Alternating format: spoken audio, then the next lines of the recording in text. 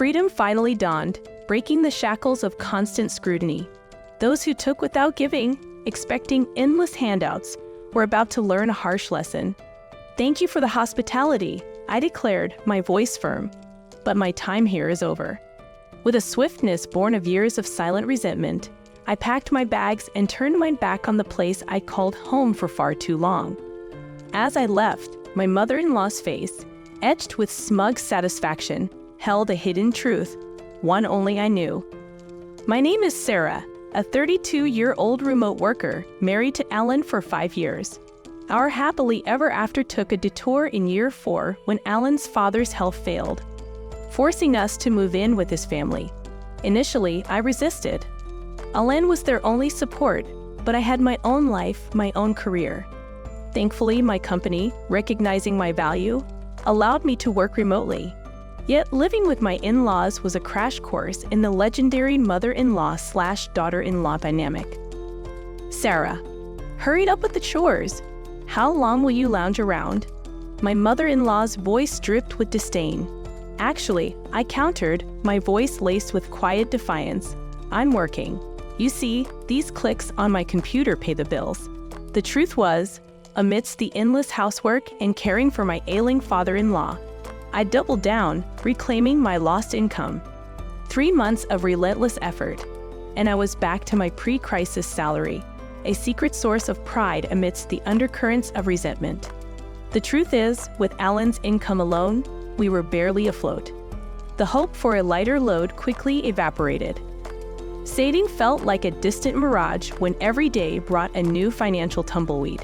A closer look revealed the culprits: Alan's inexplicable penchant for flamboyant spending, and my mother-in-law's bottomless well of extravagant hobbies. Alan, the ultimate people-pleaser, showered colleagues with lavish work lunches and fueled late-night drinking sprees with our credit card. My mother-in-law, chasing every social butterfly under the sun, splurged on lessons and gatherings, her wallet seemingly immune to gravity. Meanwhile, buried under the mountain of daily chores and caring for my ailing father-in-law, I shouldered the entire financial burden. My salary, the sole lifeblood of our household, felt perpetually drained. Anxiety gnawed at me, urging me to speak up. Finally, I gathered my courage and confronted them. "We're overspending," I stated, my voice laced with concern. "If this continues, we'll hit rock bottom. Can we please discuss cutting back?" Their dismissal was swift and dismissive. "Work appearances matter, Sarah," Alan huffed. "I can't be seen as cheap. They won't think you're cheap if you're not buying drinks every time," I countered. "But work relationships are important." His voice rose. "But what about those girls' bar trips? You call that work? Or is it just another excuse to escape and get loud? Maybe you just enjoy their company more than mine." Frustration boiled over, my words tinged with hurt. My mother-in-law, ever the loyal enabler, simply scoffed and dismissed my concerns with a wave of her hand. Alan's smug agreement with his mother stung. "Mom's right," he echoed, further validating her self-serving justification. "I need my social time with friends," she declared, dismissing my concerns. Their words echoed harshly, labeling me a bad daughter-in-law for focusing on household duties without a traditional income. Apparently, contributing a steady income through remote work and managing the home wasn't enough. Disbelief gnawed at me. They scoffed at the value of my work, suggesting it couldn't be worthwhile. Worse, my mother-in-law had spun a narrative to Alan, painting herself as the sole caregiver while portraying me as a lazy housewife. Anger warred with frustration. Leaving this toxic environment seemed tempting, but I was anchored by my deep love for my father-in-law. Unlike the others, he'd always treated me with kindness. His genuine gratitude, calling me a wonderful daughter-in-law, warmed my heart. He apologized for the burden of his care, yet expressed deep appreciation for my efforts. In these moments, I found purpose and solace. The thought of leaving him to their mercy was unbearable. He seemed to see through their facade, acknowledging my financial contributions and unwavering support. His words of praise fueled my resolve. My anxiety about the household's future paled in comparison to my concern for him. So, I dedicated myself to his care for the remaining year of his life. His passing was a deeply personal loss, marked by a storm of conflicting emotions. My heartfelt tears were met with disapproval. Why the excessive grief, Sarah? It's only natural, they questioned, their irritation palpable. My mother-in-law even accused me of implying she played no role in his care, twisting my emotions to fit her distorted narrative. The truth was a harsh reality. My mother-in-law, consumed by hobbies and social outings, left me to shoulder the burden of my father-in-law's care. Yet, to outsiders, she spun a narrative of herself as the devoted caregiver, while I became the villainous daughter-in-law. Relatives, oblivious to the real dynamics, judged me harshly even as I mourned. Frustrated by the gaslighting and skewed perception, I distanced myself. This naturally sparked conflict with Ellen, who accused me of embarrassing his mother. I was simply grieving, I countered, hurt by their dismissal of my pain. She even said it was strange for me to cry. I never denied her role, only expressed my own grief for the man I cared for. The argument escalated, dragging in relatives who eventually silenced the bickering. In the aftermath, a tense silence settled between me and my husband. Then the lawyer arrived, carrying the weight of the inheritance. Regarding your late father's estate, he began, "He has left half of his cash to each of you, Sarah and his wife. To Ellen, he leaves the family land and home." My mother-in-law's voice crackled with surprise. "What about Alan? Shouldn't he get the land instead? And why is Sarah receiving anything? She's not even blood." The lawyer's voice remained calm. "Your husband deeply appreciated Sarah's dedicated care. This inheritance reflects his gratitude. It's final." Outrage contorted my mother-in-law's face. He only cared for him for the money. Psychological abuse, she spat, accusations dripping with venom. I stood my ground, my voice firm. My relationship with my father-in-law was genuine.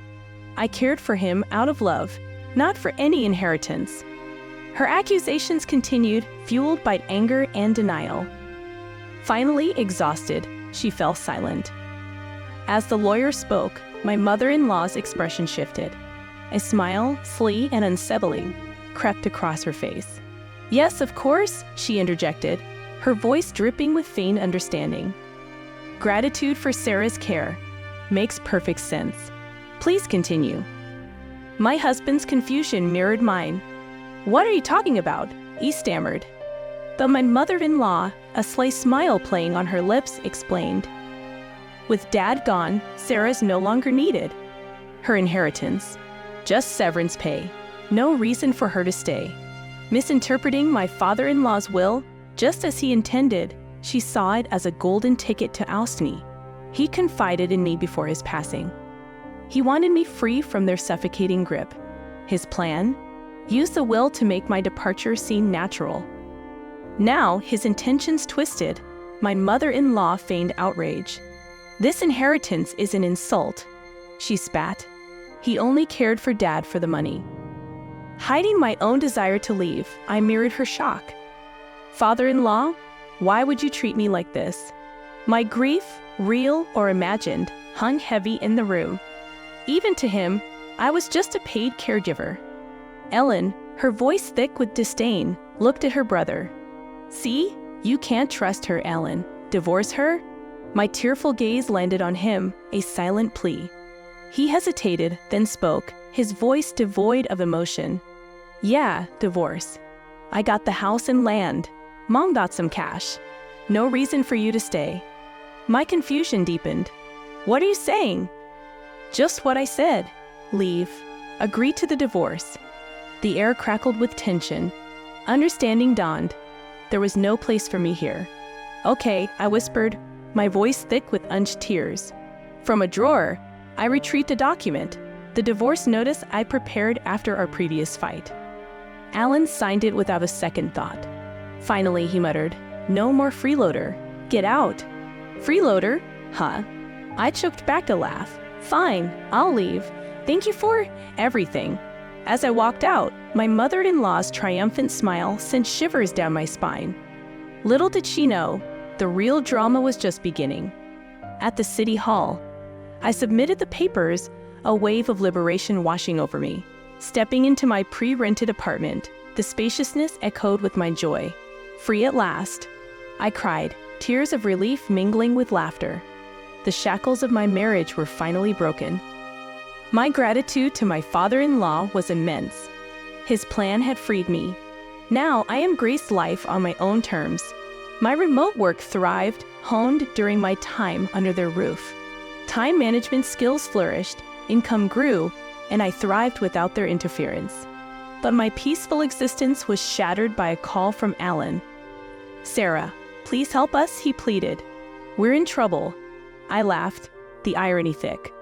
"What kind of joke is this? You told me to leave. Now you're broke. Can't live without me?" With a final chuckle, I delivered the final blow. "Suddenly, your self-indulgent lifestyle isn't so sustainable, is it? Turns out my income was the backbone of this household, not your squandered paychecks. You know, while you two played fancy, I was bringing in $4,800 a month. Even more now, without your leeches clinging on." Confusion morphed into desperation in Alan's voice. "Sarah, please, let's work it out. Hew to a stake letting you go. We can fix this." But I wasn't buying it.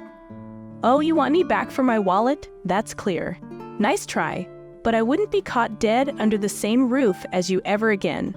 I paused, a knowing glint in my eye. "Remember your mother's inheritance?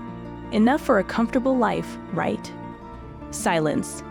Then, a sheepish confession. Almost gone. Shopping sprees, vacations, the casino took a big chunk.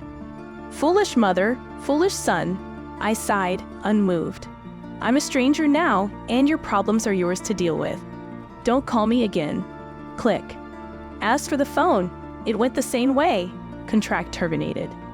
A year later, driving past their old house, I saw an empty lot where it once stood. Karma, it seemed, served cold justice.